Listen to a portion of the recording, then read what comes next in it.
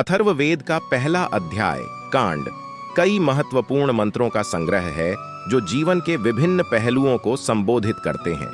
इस कांड के मंत्रों का मुख्य उद्देश्य मानव जीवन को सुखी और समृद्ध बनाना है। आइए इसे एक कहानी के रूप में समझने का प्रयास करते हैं। प्राचीन समय की बात है। एक छोटे से गांव में आर्षि वेदसार रहते थे। वेदसार अपने ज्ञान और तपस्या के लिए दूर दूर तक प्रसिद्ध थे।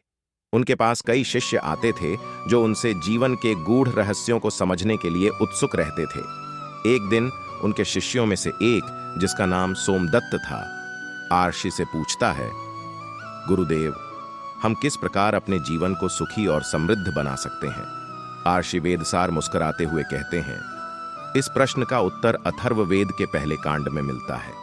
इसमें कई मंत्र हैं जो हमें जीवन के विभिन्न पहलुओं पर प्रकाश डालते हैं। फिर उन्होंने सोमदत्त को एक पुरानी पांडुलिपि दी जिसमें अथर्ववेद का पहला कांड लिखा हुआ था। इसमें सबसे पहले हमें शांति मंत्र मिलता है। आर्षि ने कहा, यह मंत्र हमें आंतरिक और बाहरी शांति प्रदान करने के लिए है। जब हम इस मंत्र का जाप करते हैं तो हमारे मन की अशांति और सभी प्रकार की नकारात्मक ऊर्जा दूर हो जाती है।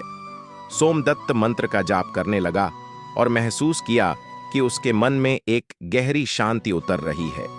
फिर आर्षि ने बताया, अगले मंत्रों में जीवन की विभिन्न समस्याओं का समाधान दिया गया है।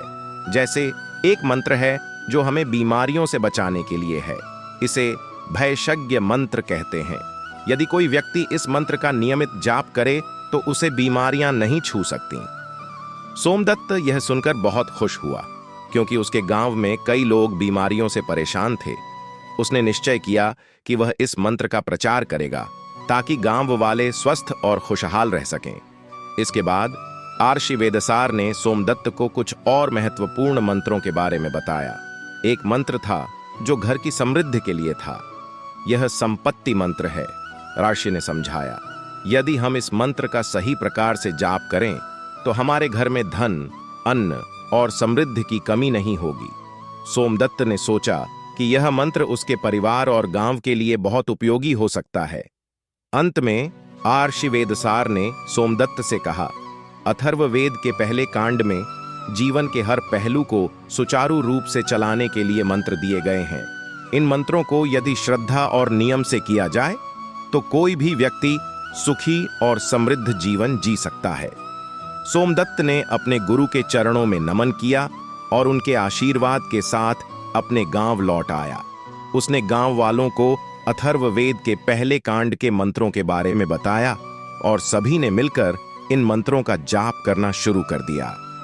धीरे धीरे गांव में शांति, समृद्धि और सुख का माहौल बन गया। इस प्रकार अथर्ववेद के पहले कांड के मंत्रों ने न केवल सोमदत्त के जीवन को बदल दिया बल्कि पूरे गांव को भी सुखी और समृद्ध बना दिया।